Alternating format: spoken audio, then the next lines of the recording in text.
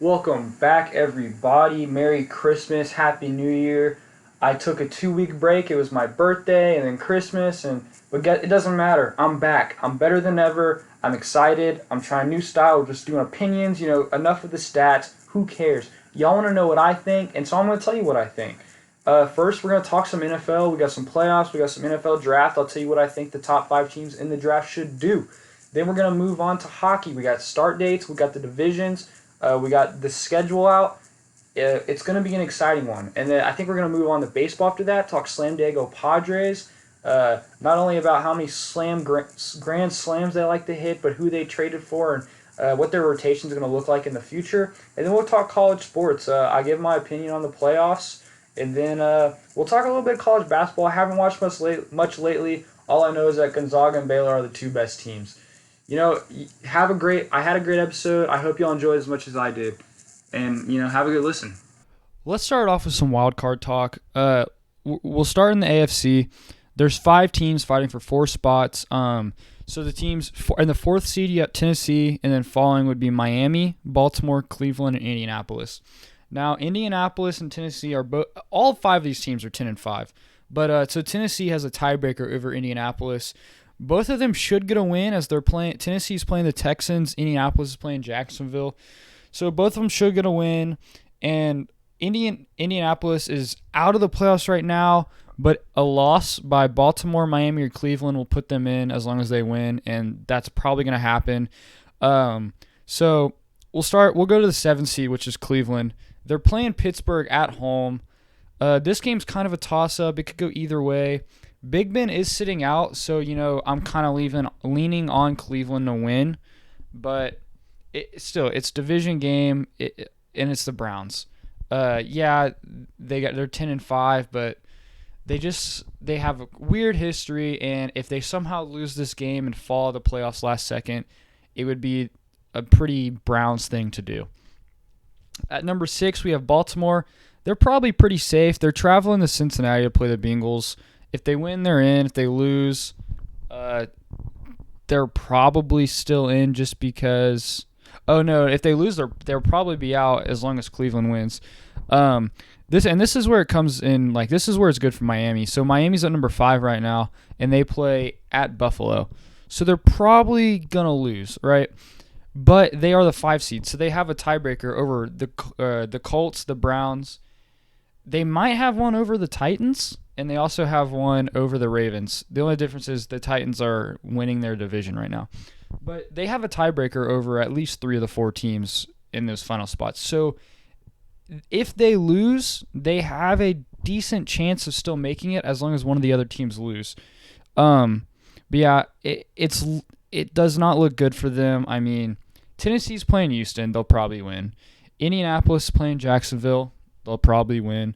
Baltimore's playing Cincinnati. They'll probably win. And then Cleveland's playing Pittsburgh without Ben Roethlisberger. So, and Miami has to play Buffalo. It just kind of sucks.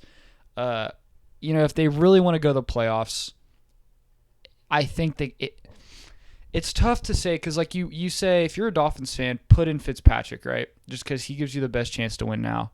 But maybe he stunts Tua's growth, and that's the future, right? Because if you think about what happened this past weekend, Tua was playing terrible, and they brought in Fitzpatrick. And, yeah, I mean, it's good for the team right now, but, I mean, Tua's got to be able to pull the team out of those situations by himself. So just kind of, does it stunt his growth? You would think so. I mean, we don't really know, but it's just, if you're going to start Tua, let him just play the whole thing unless he gets hurt. I mean, let him deal with losing a game when he's not playing good.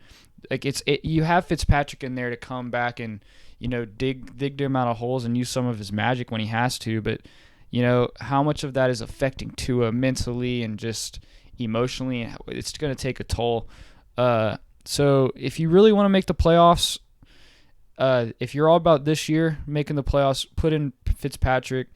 If you're going for the future, put in Tua, let him lose a game. Or, I mean, let him be a hero and win the game. But if he loses, you're not in the playoffs, but you're probably not going to win the Super Bowl anyways. You get a better draft pick. And like I said, you let Tua go in there and lose a game that could take his team to the playoffs. Let him give that feeling. Let him know what it feels like. Um, Moving on to the NFC. So this one is a little more the teams we all know that the teams in it. It's more of the seeding is off. But Green Bay is number one. Then following that, you got New Orleans, Seattle, and Washington all winning their divisions. In the wild card, you got Tampa Bay, the Rams, and the Bears. And then the 8th seed, looking for that last spot, would be the Cardinals. So Green Bay's playing Chicago. They'll probably get a win, secure the number 1 seed. New Orleans playing Carolina. They'll probably secure the 2 seed. Seattle's traveling to San Francisco. And it's kind of weird because, so it's division games. San Francisco is one of those teams this year that we know how good they can be. They're just all hurt. So that game's kind of a toss-up. I do believe it doesn't matter for Seattle. I think they've won the division already. But if they do lose, and let's say New Orleans loses, then they're going to stay this 3 seed instead of moving up to the 2. In the 4 seed is right now it's Washington. We'll get to that in a second though. That division obviously we all know is a mess. Tampa Bay is the 5 seed. New Orleans already won the division, I'm pretty sure. They're gonna play at home versus Atlanta. I'm sure they'll get a win. 6 seed, you got the Rams versus the Cardinals in Arizona. So we've seen the Rams and Cardinals play once this year already. This is going to be really weird because neither starting quarterback is playing. The Rams and the Cardinals both are using backup quarterbacks, and I don't even think they're like the designated second stringers. I think the Rams picked up some dude from the practice squad, and I don't remember who Arizona's starting. So it's kind of weird for both of them, but that game should at least be exciting because it's kind of for a playoff spot. Arizona needs to win because they're not even in the playoffs right now. LA might be able to lose and still make the playoffs if Chicago loses, which Chicago probably will. They're playing Green Bay, but the NFC playoff, the seeding in the NFC playoffs are all a mess right now. Here's where it's kind of weird how the NFC East is turning out to be the most interesting division. The Eagles are eliminated, but Washington. Okay, so the Giants play the Cowboys Sunday morning at 12. Whoever wins will win the division at that moment, but they have to wait for Washington and the Eagles to play Sunday night. So if Washington wins Sunday night, they're in. It doesn't matter what happens, they're in. If they lose, though, the winner of the Giants and Dallas game will move into that 4th seed, and they'll win the division. So yeah, it's kind of crazy. Washington might be starting Alex Smith. He's trying to get healthy and ready to play. They just don't know how he's feeling. He'll probably be close to game time or maybe the night before. But even without him, I still think they have a decent chance. Philadelphia is very. They're hard to not stop, but what's the word? They're kind of confusing right now. Jalen Hurts is being dynamic playmaker on offense, something Carson Wentz wasn't able to do this season. He doesn't have a lot of film on him, but Washington does have a great defense or a great front seven, I should say. So yeah, maybe they can find out something and kind of stop Wentz and get the win, even if Alex Smith isn't playing. I think Terry McLaurin is going to be back. I do not know about their running back, but they do have McKissick there to back up, who, by the way, made a great catch last week. But yeah, NFC playoffs are, they're picking up and kind of getting interesting. Moving on to the NFL draft, as we know, Jacksonville secured the number 1 spot, so they're getting Trevor Lawrence. They're getting a new GM and a new head coach, and there's no way they trade out of that spot or draft anyone else. And unlike most teams that do get quarterbacks, I think Jacksonville is ready for a quarterback. Obviously, you take Trevor Lawrence no matter who you are, what your team is. It doesn't matter. But most of the times, a team that's that bad needing a quarterback, they don't have a good O-line. They don't have a good running game. They're missing weapons on the outside, but Jacksonville actually is kind of in a decent position. Their O-line's not terrible. Cam Robinson's playing, a little bit better at left tackle. They got a good, I'd say Pro Bowl center. I can't think of his name right now. They have a Pro Bowl center. Their left guard, Andrew Norwell, this is his second year in Jacksonville. They paid him big money. And then the right side of their line's looking decent. So they're not that bad on the O-line. And then obviously we know what DJ Chark can do on the outside. And, Laviska Shenault's kind of just a Swiss Army knife all around on offense.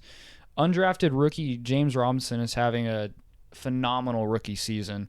So they definitely have pieces that when you put in Trevor Lawrence there, and then, you add a new offensive coordinator or head coach or whatever, it's definitely looking good for like how not only his development, but just, how the first year could look. I mean, we're talking if they can pull that defense, a little bit together, we're talking at least a 6-win team.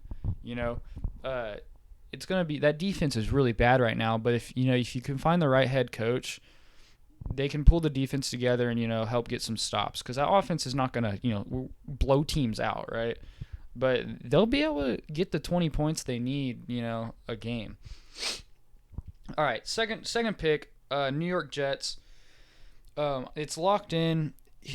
I am a believer in Sam Darnold. I mean, I've said it multiple times on the podcast, but if you look at like what he's had to deal with in his 3 years there in New York, it's not fair to him. And we've seen like the upside. We've seen his talent. If you're the Jets right here, your GM's the same. They have a great GM, but you're gonna have to get lucky with this new head coach. Hopefully find the right guy to not develop Darnold, but just build a team.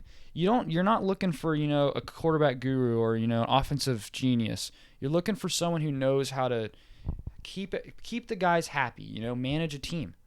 And if they can find that guy, I think the Jets can start to pull it together, especially with Sam Darnold at the helm. With that being said, they don't really have weapons. They have a great left tackle. Their O-line's not terrible. They're bad, but they're not terrible. But you don't have any weapons for Darnold to even really throw to besides Jamison Crowder. So in this 2 spot, there will be teams wanting to trade up for a quarterback. It happens every year. So the Jets could trade down and, get some more draft picks to help rebuild that offense. Because think about it, the Jets are not the Jaguars. The Jaguars have talent on offense. The Jets do not. So, if they want to either draft a receiver in that number 2 spot and just make sure they get the right guy, or if they want to trade down and, hopefully get the guy they want anyways. A lot of people are saying they're going to try to draft Penei Sewell, the left tackle out of Oregon, but Mekhi Becton's been phenomenal, and I don't know if you want to move either of those guys to right tackle. I mean, you could trade down and draft, another lineman maybe, get a guard or something, but I like just getting a receiver somewhere in the top 5. If you have to trade down, go ahead, but I like that. Moving on to number 3, it's the Texans pick, but Miami owns it from the Laramie Tunsil trade, and it's not set yet, but it's looking like Miami's going to get that number 3 pick. So with this, you're looking at Sewell obviously to protect Tua, or you could trade down. Sewell's not that big of a need to acquire more picks for, right? There's a left tackle out of, I believe, Northwestern that's also supposed to be really, really good. And then there's also a few more, mid first round that aren't that bad. So I know Sewell's being talked about as a generational left tackle prospect, but it's not that important for number 3, especially with teams trying to, trade with you to get another pick. But depending on what the Jets do, you might want to draft your receiver there. And this is where it gets interesting because Jamar Chase is the number 1 receiver in the class, but Devontae Smith is not only has he had a terrific year, right? He's had a phenomenal year for Alabama. He's played with Tua for at least, I think, 2 years in the past. And I mean, he's the Heisman favorite right now.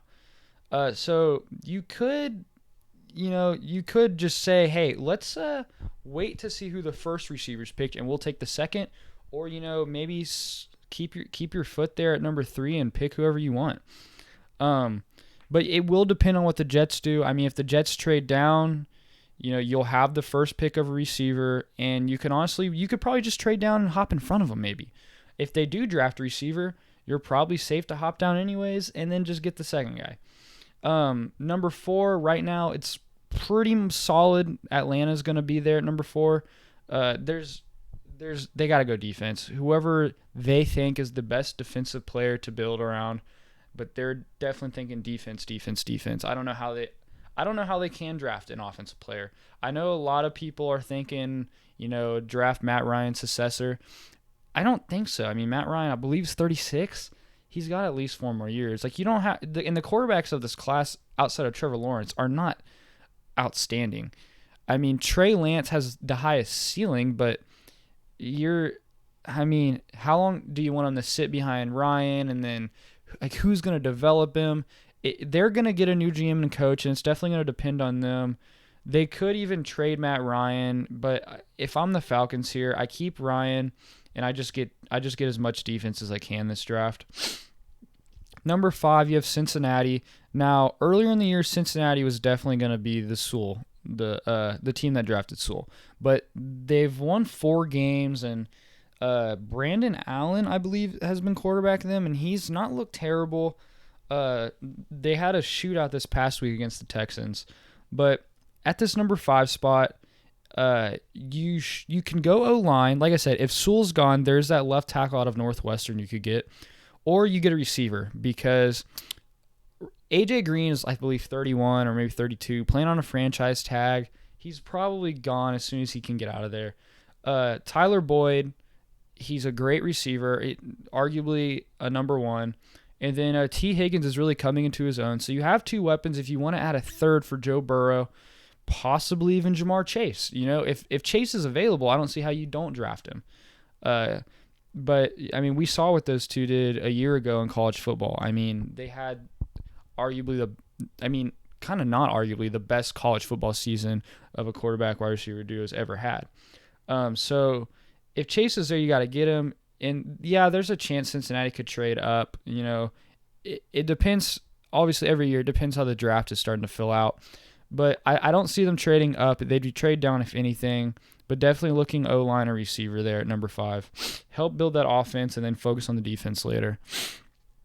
With all that being said, before we move into NHL, for all you people that are not big football fans but you love hockey, Trevor Lawrence is the most definite number 1 pick than the past 7 years of NHL number 1 overall picks. For all you football fans who don't know what I'm talking about, when it comes to the NHL draft, every year there's always a guy that, he's going number 1. It's not really, there's no debate about it. We all know who's going number 1, right? But Trevor Lawrence is more of a solid number 1 overall pick than any of the guys in the past, like 7-8 years.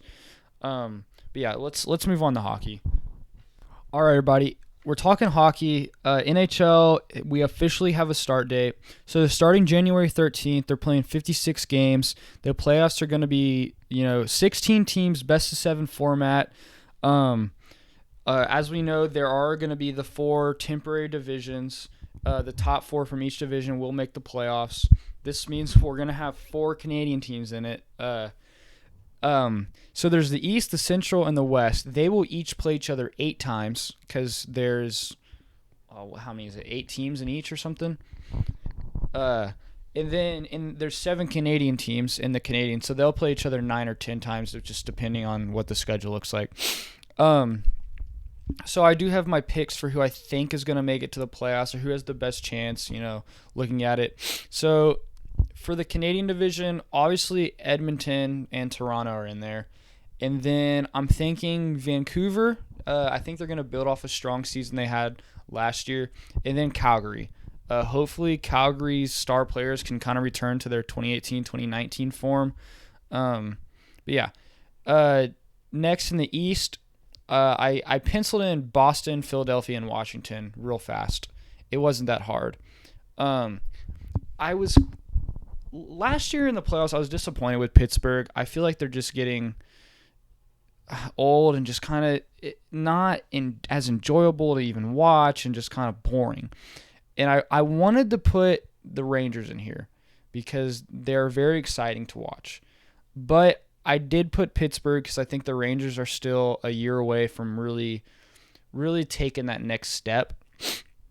So yeah, in the East Division, I'm having Boston, Washington, Philadelphia, and Pittsburgh. Moving over to the Central, Tampa Bay and Dallas for sure. Carolina wasn't hard to pencil in there either. And then for the fourth team, I'm taking Nashville. And these are in no particular order. These are just the 4 teams I think are gonna come out of those divisions. And then in the West, easily the Golden Knights and the Colorado Avalanche. And then I stuck in there St. Louis and Arizona. St.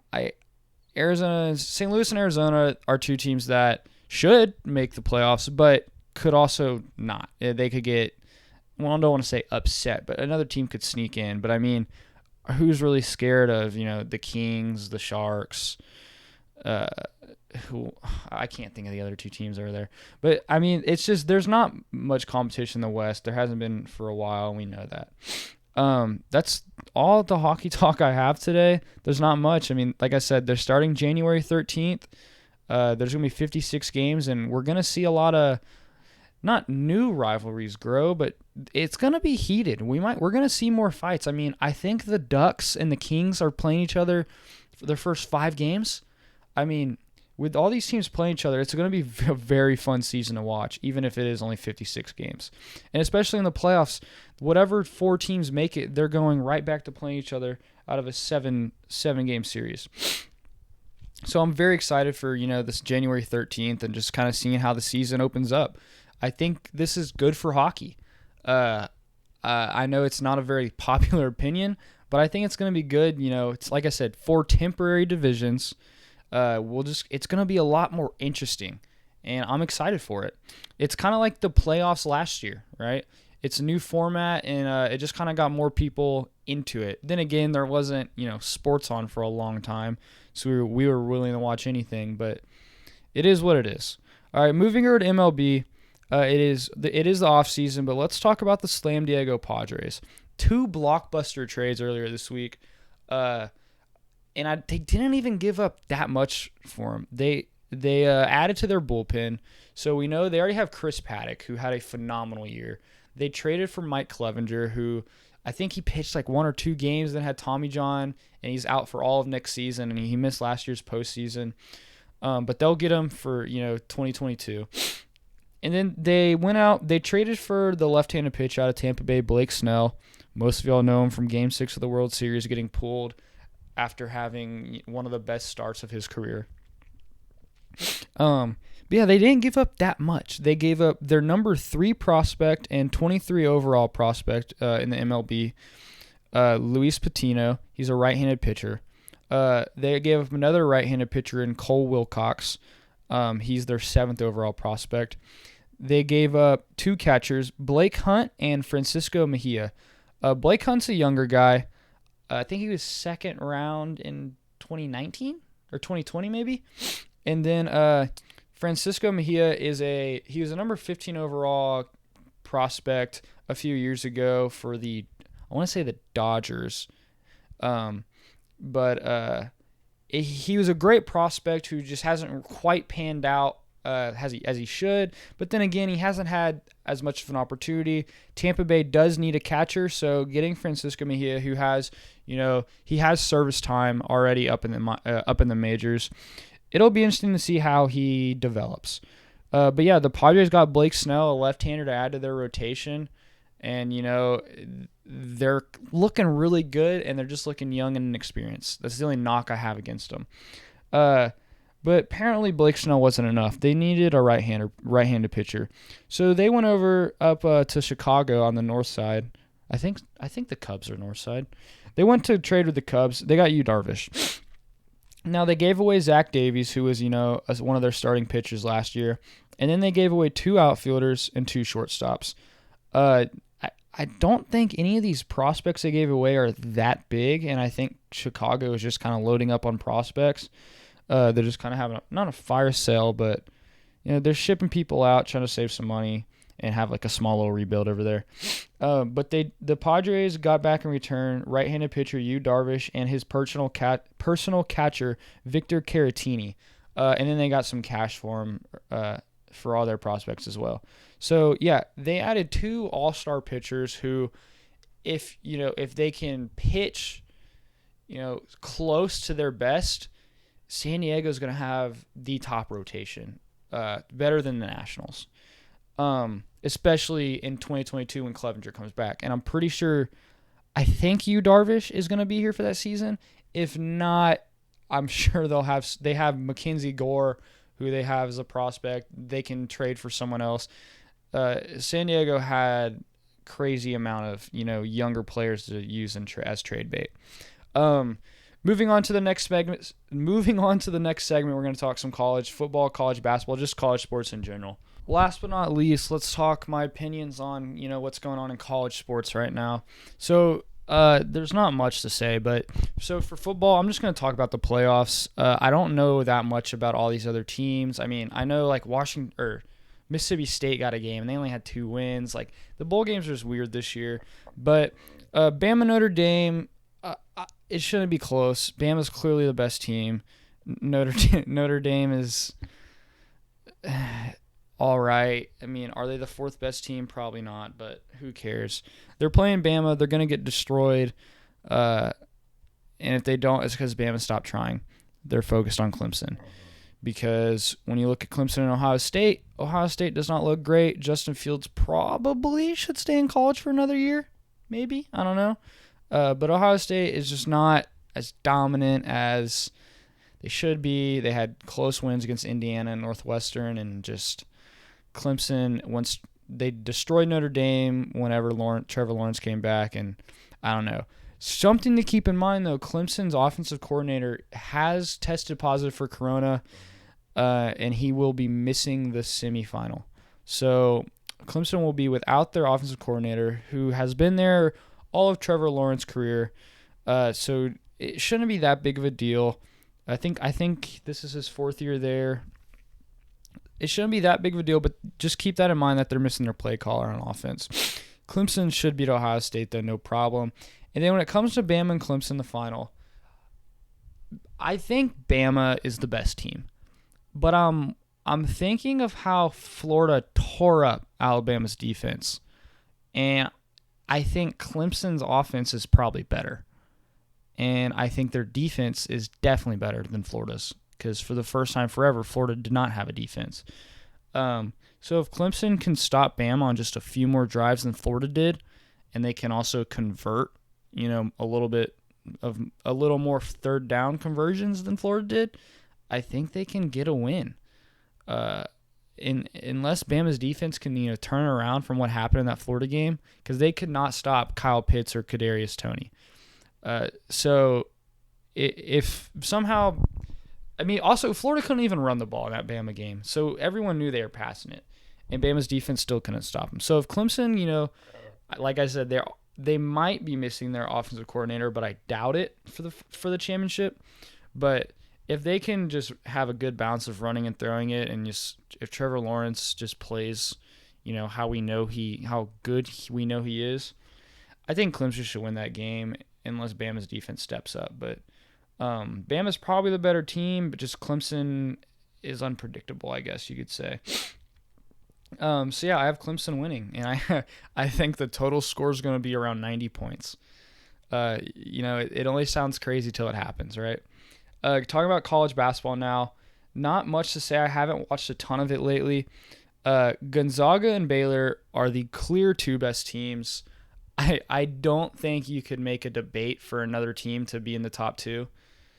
There's no argument for it. Kansas is ranked number 3. They've been hot lately. They're not quite Baylor or Gonzaga, but they do have a big game versus UT on Saturday. I think Kansas will win. My question is, how is it going to be dominant? Is it going to be close call? Like, how's the game going to go in general? And I really want to watch that game just to see, how good is Kansas really. Ranked number 5, U of H, Houston hopped into the top 5. Houston is one of those teams that's very weird. As in, you look at them and they don't have a star player. And a lot of people know that's not news. They don't have a star player, but they play hard the entire time. I don't know if there's another team in the country that plays as hard as Houston does. And they're really good at rebounding. One of the top offensive rebounding teams in the nation. And yeah, there's not a guy you can just give the ball and, let him take the last shot. They're a great team. They have a great big man. I think his name's Grisham. They have a great big man who is just kind of like the heart of that team. And even if he's not, making flashy plays or doing stuff, without him, everyone else just kind of loses it. I've watched a lot of, being in Houston and liking the Cougars, I've watched a lot of U of H basketball this season, and that's just what I see from the team. Player-wise, they don't have any studs, but as a team together, they're phenomenal. And they did lose, I don't want to say heartbreaking, but a hard-fought game against a Tulsa team that is kind of the same as U of H, right? Just not quite as talented, not quite as together as a team. But Tulsa never gave up. They were always getting good rebounds on the boards.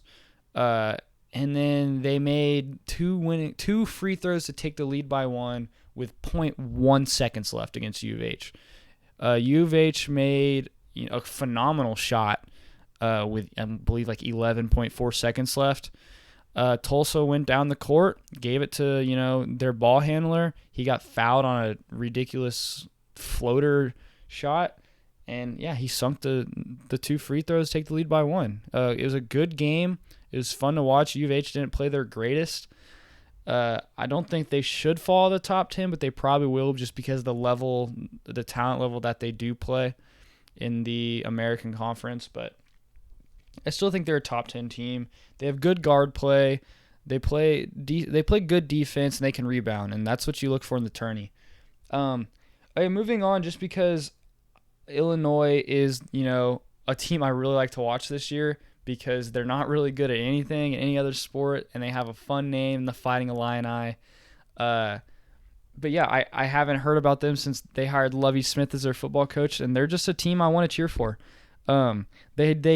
They've lost a few games, but they have some good conference games coming up that, if they can get through January undefeated or just with one loss against one of these conference teams, they can get out of there. So in January, they have 5 hard games that they have to play through. They got Purdue, Northwestern, Ohio State, Michigan State, and Iowa. And if they can get through that along with the other teams that they're going to have to play, I think they'll move back into the top 10. And even with a loss to maybe not Purdue, but if they lose to Iowa or maybe Michigan State and win the rest, they still might be a top 10 team. The only problem with that is Iowa is at the end of January. And yeah, that's going to be all for today's episode. I hope you guys enjoy, and y'all have a happy new year.